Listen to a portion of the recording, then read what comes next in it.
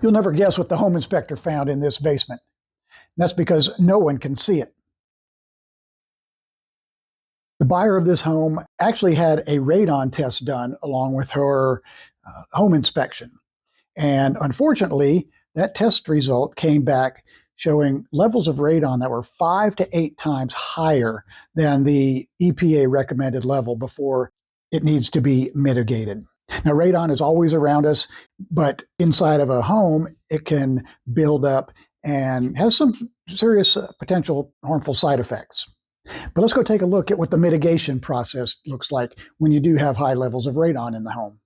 So meet Eric with Georgia Radon Pros, and he's the one who installed the radon mitigation system for us. So Eric, what exactly is radon and why is it a concern for homeowners? Okay.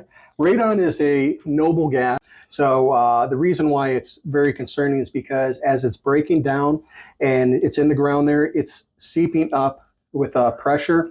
And if we put your home over the top of it, it's finding its way through some cracks in the foundations and everything. And then once it gets into your home, it kind of pulls in there. And as you kind of live there, you're inhaling it because it attaches to dust particles.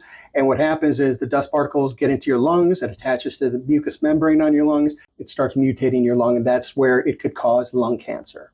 So I've heard that radon is like the second leading cause of lung cancer after smoking or something. Is that right? Correct. So it is the second leading cause of lung cancer in the United States behind smoking. And I was going to ask, and you kind of answered that there, how does it get into the house? So through cracks and around plumbing fixtures? And... Yep. So if you got a basement that's unfinished, you kind of look at the floor, you're going to see cracks in the concrete. Along the base wall where the floor and the wall meet, there's usually a gap there, so it seeps up in there. And then if you got a crawl space and you don't have a vapor barrier in there, it's just plain dirt, and that radon gas is coming up through that as well. And then it's kind of eventually getting into the home. A lot of times they'll crawl spaces, sometimes your HVAC systems are in there, and that's pulling the air from there, and then it's distributed through the home. Okay. And there's no way to know it, right? It's odorless, tasteless, clear. You can't see it. You have to go ahead and test for it. So what's an acceptable range? When do you need to be concerned?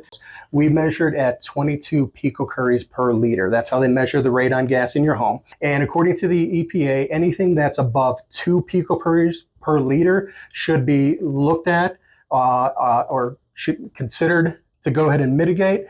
And then anything that's over 4 picocuries per liter should be mitigated. So, and again, we were at 22 here on average. So we were 5 to 10 times. We had a lot of radon in the air. You know, it's one of those things that it's a long-term effect. It's not going to be something that's overnight. Right. You sit there and spend a week in there, it's not going to happen. It's going to be something long-term. Okay, that makes sense. So exactly how does the mitigation system work? Walk us through that process real quick on what you did. So over here, what we did, there's several different types of mitigation. There's sub-slab mitigation, there's vapor barrier mitigation. So we did a sub-slab mitigation here. And what we did is basically kind of took a coring drill.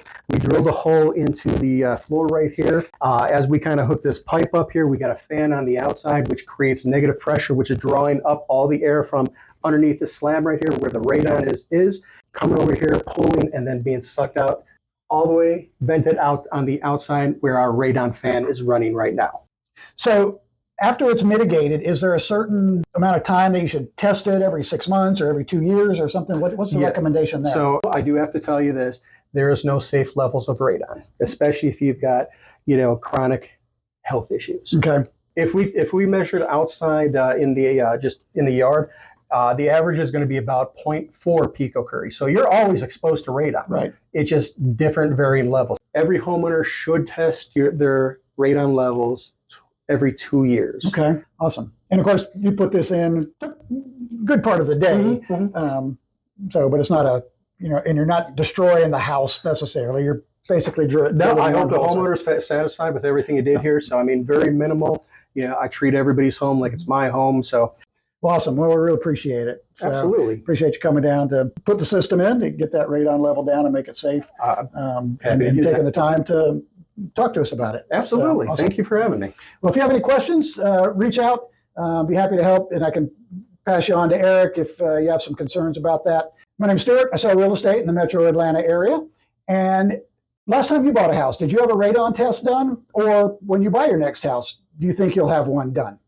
Let me know in the comments.